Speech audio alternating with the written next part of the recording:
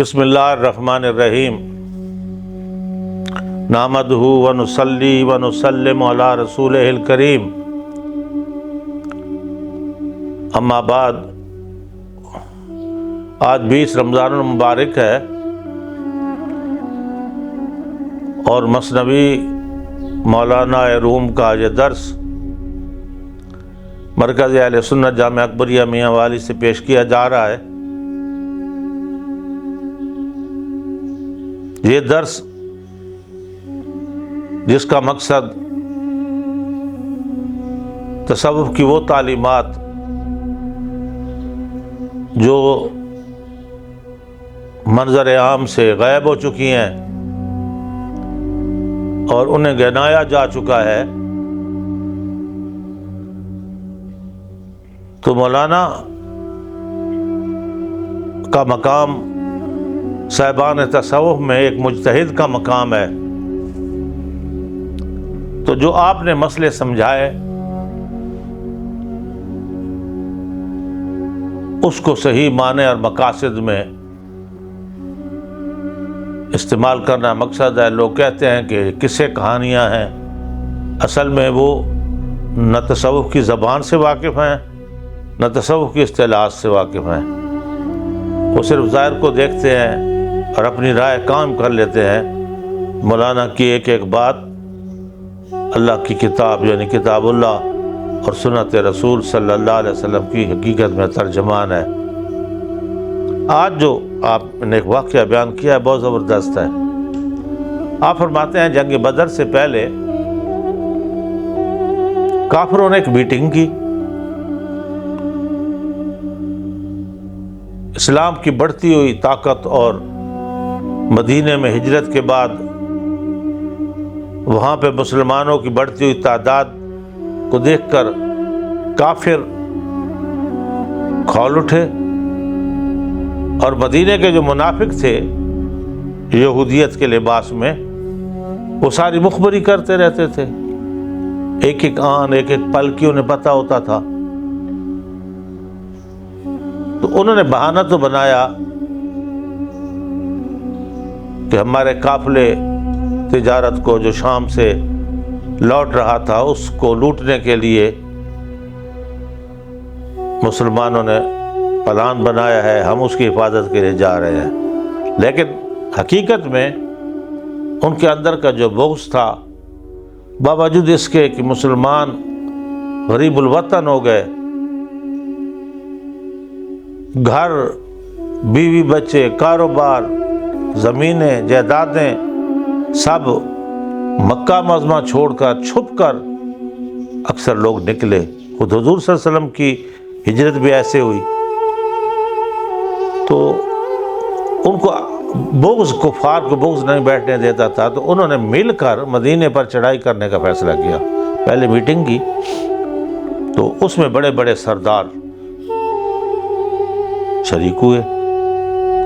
شیطان بھی شیخ نجدی کی شکل بنا کر اس میٹنگ میں شریک ہو گیا، اور شیطان اس بات پہ قادر ہے کہ وہ شکل تبدیل کر لیتا ہے۔ تو اس نے بھی اپنے مشورے کافروں کو دیے آگے بڑھانے کے لیے۔ سراقہ شیخ نجدی بن کے آیا اور اس مشاورتی کونسل کا جو اجلاس ہو رہا تھا اس میں شامل ہو گیا۔ تو ہر ایک نے اپنی اپنی تجویزیں پیش کی، تو شیطان سب کو رد کرتا گیا، یہ درست نہیں ہے، یہ درست۔ اس نے کہا آپ جو اتنے دور سے ہماری حمایت میں آئے ہیں آپ بھی کوئی طریقہ بتائیں۔ تو یہ مدینے کی چڑھائی کا طریقہ ہی شیخ نجدی نے بتایا اور اسی پہ عمل ہوا۔ مولانا اس کو کیا رنگ دیتے ہیں ذرا آپ پہلے سنیں اور پھر دیکھیں کہ مولانا اس کو تصوف کے رنگ میں کیسے ڈالتے ہیں۔ ہم چو شیطان کز و ساوس بر قریش، دم دمی دو گفت گرد آرید جیش، تاکہ آمد را حزیمت تاکہ آمد را حزیمت اشنیم بے خو بنیاد از زمینش بر کنم.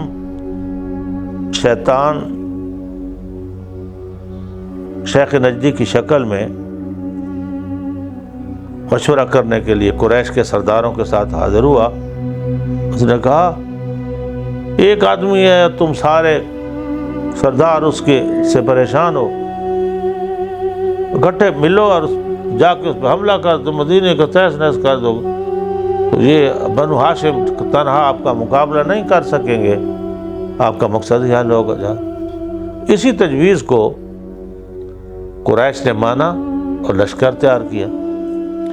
چوں سپاہ گردام دند از گفتے ہو کرد ایشاں با حیلت گفتگو. کہ جب کفار کی فوج جمع ہونے لگ گئی تو اس نے ہیلے بہانے سے یہ گفتگو کی کہ بیارم من قبیلہ خیش را تاکہ تر ہے جا بودت پشت شما. اس نے کہا شیطان نے کہ اگر آپ مجھے اجازت دیں تو میں اپنے قبیلے کو بھی لاتا ہوں تاکہ وہ تمہارے ساتھ معاون ہو جائے اور ہمارا ایکا ہو جائے. مقصد یہ تھا یہ لوٹے نہیں، یہ کہیں پیچھے لوٹے نہیں، یہ بدہ نہ کرے. تو ان کے ساتھ شامل ہو گیا اور لشکر بھی اس کے ساتھ شامل ہو گیا. مر شمارا اون بجاری ہا کنم تا سپائے دشمنا تا بشکنم. اس نے کہا میں تمہارے ساتھ معاہدہ کرتا ہوں کہ میرے جو فوجی ہوں گے یا میرے جو آدمی ہوں گے وہ تمہارے ساتھ لڑیں گے اور مل کر ہم جو ہے نا بنو ہاشم کی بے کنی کریں گے اور حضور علیہ الصلوۃ والسلام کو علیہ باللہ قتل کریں گے. از ملائک دید شیطان اسپے سوئے صفے مومنہ اندر رہے. مولانا کہتے ہیں فوجیں تو چل پڑی. جب حضور نے وہاں جا کے دعا کی متا نصر اللہ متا نصر اللہ، یا اللہ تیرا وعدہ تھا میں امداد کروں گا، تو امداد کب ہوگی؟ اب جو کچھ میرے پاس تھا اس کو تو میں نکال کے لے آیا 313. اب کفر مل کے ان کو مٹانا چاہتا ہے. سارے سردار کٹھے ہیں، ان کا لشکر کٹھا ہے. ہر روز 3 اونٹ ذبح کر کے 5 اونٹ ذبح کر کے دعوتیں کر رہے ہیں. گانے والیاں ساتھ ہیں، رقاصیں وہ لے کے آئے ہیں. تو یعنی وہ پوری تیاری کر کے آئے تھے. تو حضور نے جب دعا مانگی تو ابو بکر صدیق رضی اللہ تعالیٰ عنہ نے فرمایا کہ حضرت بس کیجئے، آپ جس آہوزاری کے ساتھ دعا کر رہے ہیں مجھے پورا یقین ہے کہ وہ نصر اللہ، وہ امداد جو اللہ نے وعدہ کیا تھا تو وہ ضرور آئے گا. پھر وہی ان فتحنا لک فتحا مبینا، ایک روایت کے مطابق فتح مکہ پہ نازل ہوئی. اذا جاء نصر اللہ، یہ آیت کریمہ کے متعلق اتفاق ہے کہ یہ بدر کے اس نتیجے کے بعد نازل ہوئی. تو پھر بس کیجئے یا رسول اللہ، اللہ ہماری امداد ضرور کرے گا. حضور رو رو کے دعا مانگ رہے تھے تو پھر آسمان سے فرشتے آ گئے. قرآن کہتا ہے 2000 فرشتے مسلح ہو کے آ گئے اور ان کی تعداد بڑھا کر ہم نے 3000 کر دی. کہتے ہیں شیطان کو فرشتے نظر آ رہے تھے، دوسروں کو نظر نہیں آ رہے تھے. شیطان میں تو یہ قوت موجود تھی کہ وہ فرشتوں کو دیکھ سکتا تھا، دوسروں کی قوت موجود نہیں تھی، وہ فرشتوں کو نہیں دیکھ سکتا تھا. جنودن لم تروہا صف زدہ گشت جانے اوز بھی میں آتش کدا. اس نے کہا میں دیکھ رہا ہوں کہ کوئی نئی فوج آ گئی ہے، اے سرداروں نئی فوج آ گئی ہے، اور میں سمجھتا ہوں کہ یہ اللہ کی فرشتوں کی فوج ہے، ہم اس کا مقابلہ نہیں کر سکتے، لوٹ جائیں، مارے جائیں گے. پائے خود واپس کشیدوں میں گرفت کہ ہمیں بینم سے آئے پس شگفت. اس نے جب ان کے ساتھ انہوں نے کہا ہمیں تو کوئی نظر نہیں آتا، ہمارے پاس آیا کیوں تھا تم؟ ہمیں نکال کر کو تو لے آیا ادھر اب جب موقع آیا تو کہتا ہے مجھے فرشتے نظر آ رہے ہیں تو میں تو جاتا ہوں، واپس میں لڑ پڑے۔ تو اے اخاف اللہ مالی منہ عون اذهبوا انی ارا ما لا ترون، اس نے کہا میں کسی طرح سمجھاؤں تمہیں کہ جو میں دیکھتا ہوں تم نہیں دیکھ سکتے۔ میں دیکھ رہا ہوں کہ ایک عجیب فوج آ گئی ہے، گھوڑوں پہ سوار ہے، ہاتھ میں کوڑے ہیں، اور جدھر وہ بھاگتے ہیں لاشیں جو ہے نا گر جاتے ہیں، تو یہ ہفتہ نہیں پا سکتے، یہاں سے لوٹیں۔ گفت حارث اے سراقہ شکل ہی، گفت حارث اے سراقہ شکل ہی ویچرا تو بے نگفتی چنی۔ حارث ان کا بڑا سردار تھا، اس نے کہا اے بہانے خور، یہ باتیں پہلے تو نے کیوں نہیں کی ہم سے؟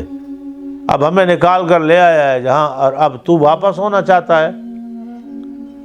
چونکہ انہیں تو فرشتے نظر نہیں آ رہے تھے، وہ کہتے تھے بہانہ کر رہا ہے، یہ ٹال مٹول کر رہا ہے۔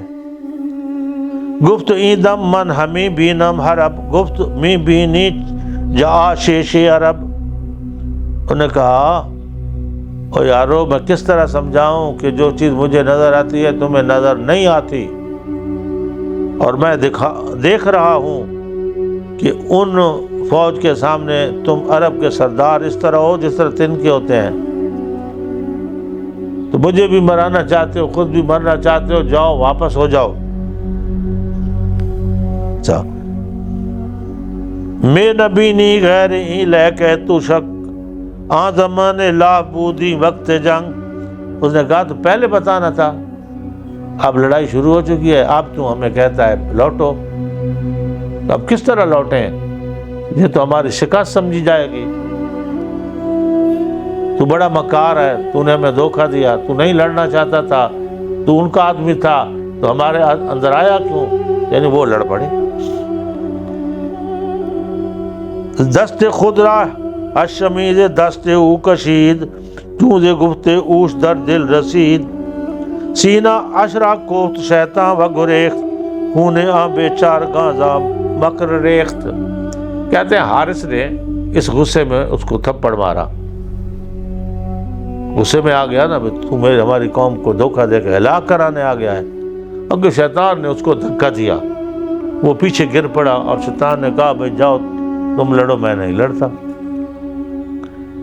چونکہ ویراں کٹ چندی عالم ہو پس بگفت انی بریئم منکم گفت اندر سینت و انداختش پس گریزاں شد چو ہیبت تاختش۔ فرمایا جب اس نے مجھے حال دیکھا نا، اس نے کہا میں تم سے بری ہوں، میرا کوئی تمہارے ساتھ معاہدہ نہیں ہے، دھکا دیا اور گرا کے بھاگتا بنا۔ اب مولانا اس قصے کو اب لے آتے ہیں تصوف کے مسئلے پر۔ نفس و شیطان ہر دو یکتن بوداند درد و صورت خیش را نموداند۔ فرمایا انسان کا نفس اور شیطان دونوں ایک ہیں، جس طرح حارث اور شیطان ایک تھے نا، یہ دونوں ایک ہیں۔ انسان کا نفس اور شیطان ان میں آپس میں معاہدہ ہے، ایک ہیں، اور دیکھنے میں تو دو نظر آتے ہیں لیکن حقیقت میں ایک ہیں۔ یک نفس حملہ کند چو سوسمار پس بے سوراخ گریزہ در فرار۔ کہ ایک ان میں سے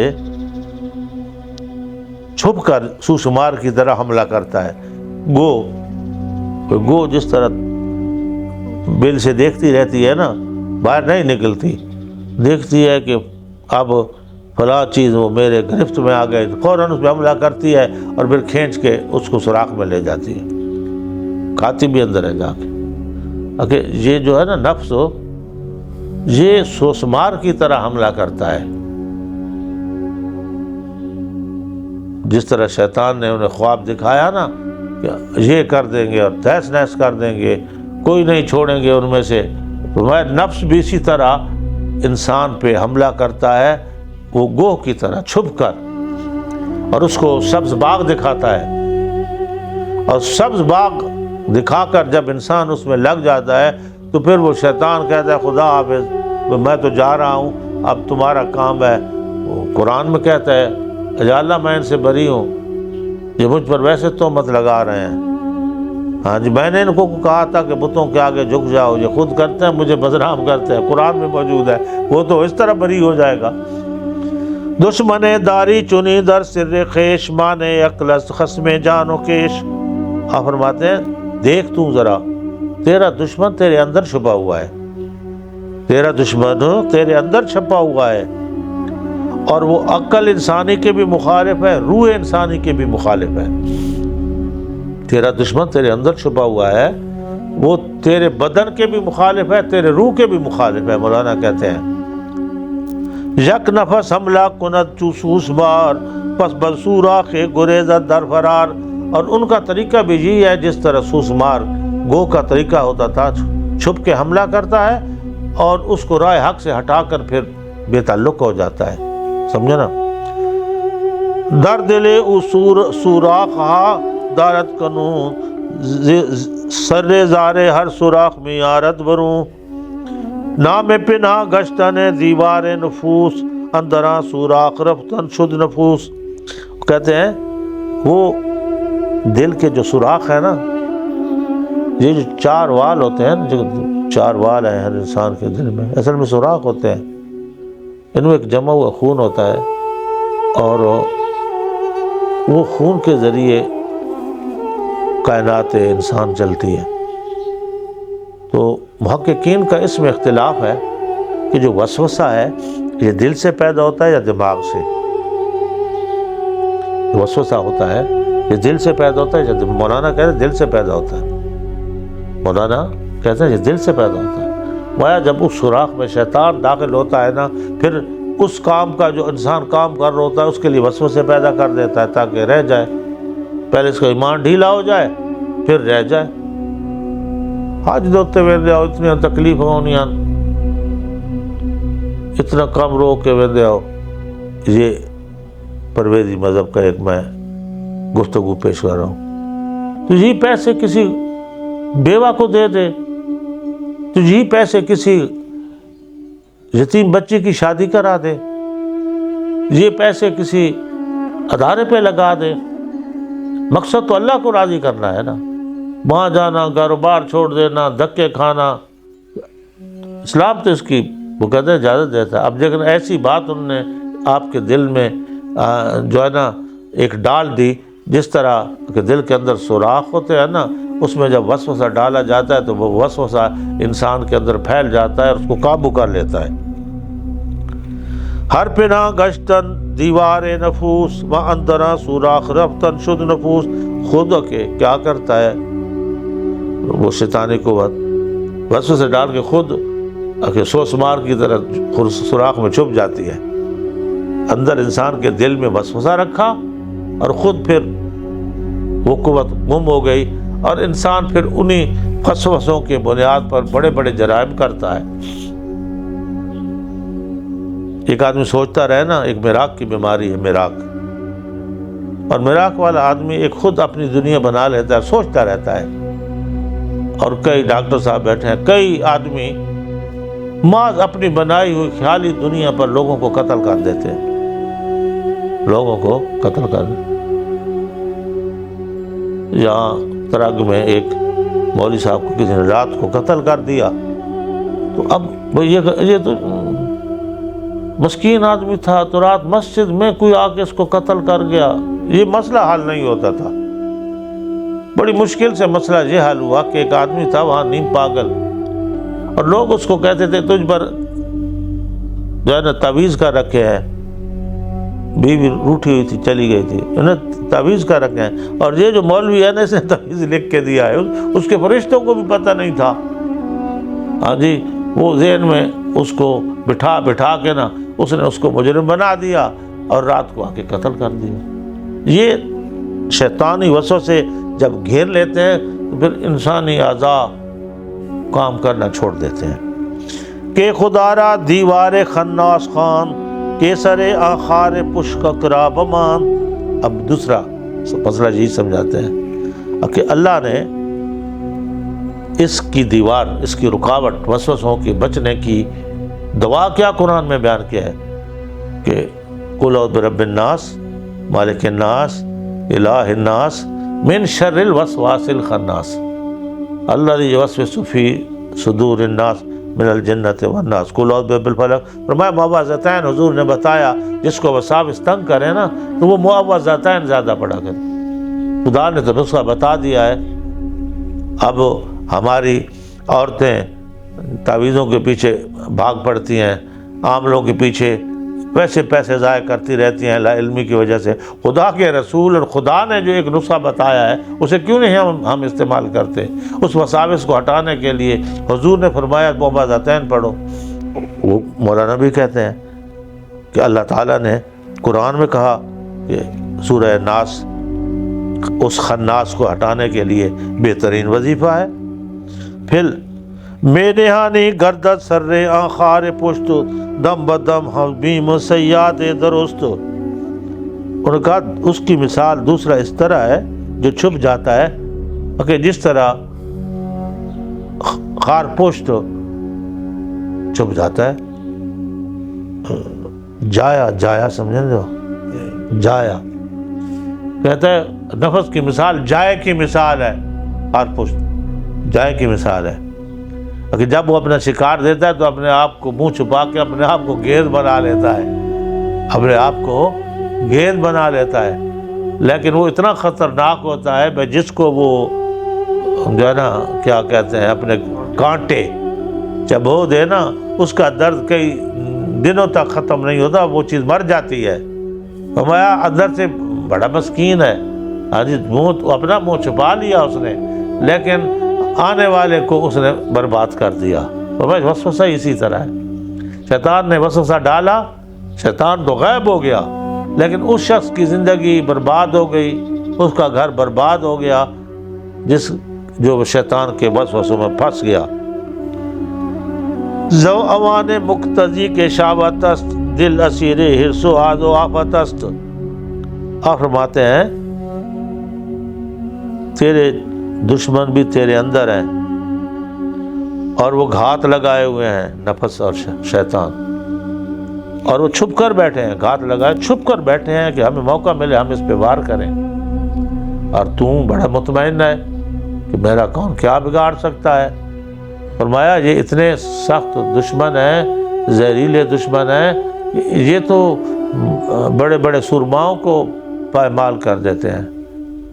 ان دشمنوں کو پہچان، ان سے بچ، اور ان سے بچنے کا طریقہ معوذتین بہترین طریقہ ہے جو مولانا نے بتایا. ہم جو لوگ اہل تصوف سے تعلق رکھتے ہیں ہم کہتے ہیں کہ اگر نفس کی بیماریاں کسی کو ستاتی ہیں تو حضور نے خود فرمایا حضرت ابو ہریرہ سے روزے رکھا کرو.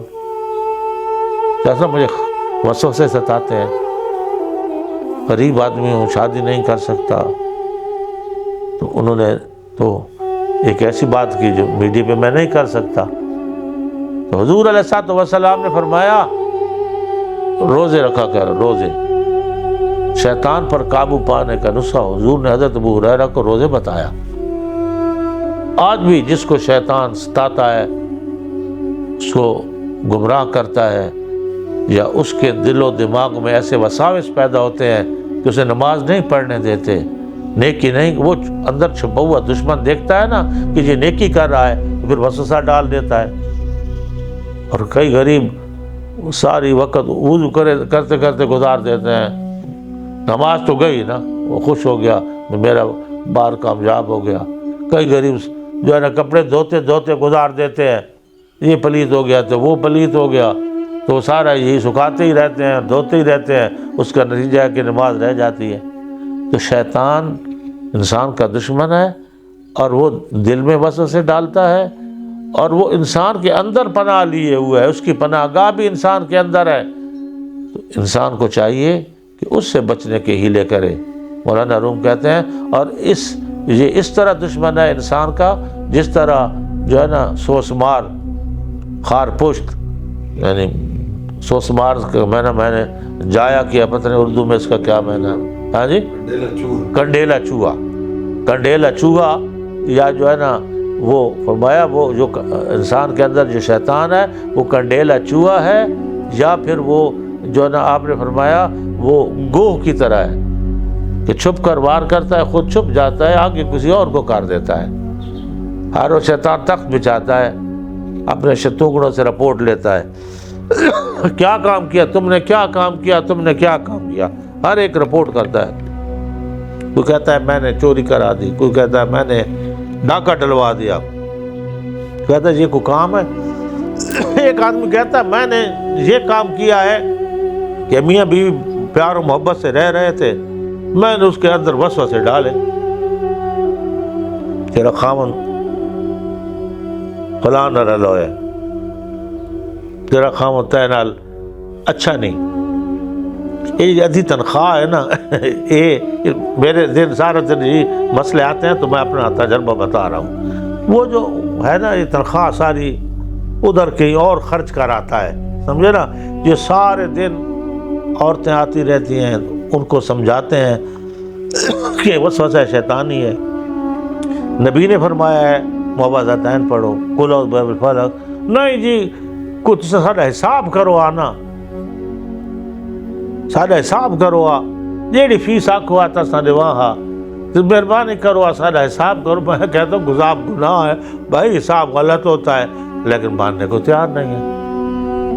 اب قوم جس طرف چل گئی ہے نا، خصوصاً میاں والی اور میاں والی کے مضافات میں جعلی عاملوں نے دکانیں کھول لی ہے، شہر کے شہر جو ہے نا بیٹھے ہوئے ہیں، اللہ رسول کی بتائی ہوئی باتوں پہ ہم عمل نہیں کرتے، اور ان شیطانوں کے کہنے پہ ہم اپنا مال بھی لٹاتے ہیں، اپنا ایمان بھی لٹاتے ہیں، اور سب سے بڑھ کر یہ ہے کہ وہ تو چاہتے ہیں کہ ان کے درمیان جھگڑے رہیں تاکہ یہ ہمارے پاس آتے رہیں۔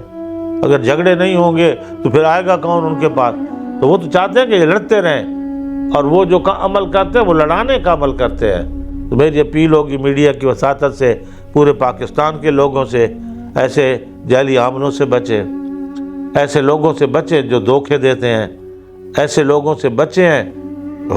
حدیث میں آتا ہے کہ جو جادوگر ہے وہ میاں اور بیوی کے درمیان پہلا جادو اس کا یہ ہوتا ہے کہ وہ تفریق ڈالتا ہے، وسوسے پیدا کرتا ہے۔ اللہ تعالی ہمیں نبی کریم صلی اللہ علیہ وسلم کی تعلیمات پر عمل کرنے اور معوذتین کو اپنا وظیفہ بنانے کی توفیق عطا فرمائے۔ ام المومنین سیدہ عائشہ صدیقہ رضی اللہ تعالی عنہا فرماتی ہیں حضور خود جب ٹھیک تھے ہر روز معوذتین پڑھ کے حضور اپنے آپ کو دم کرتے تھے ہاتھ، یہ ہمارے رسول کی تعلیم ہے۔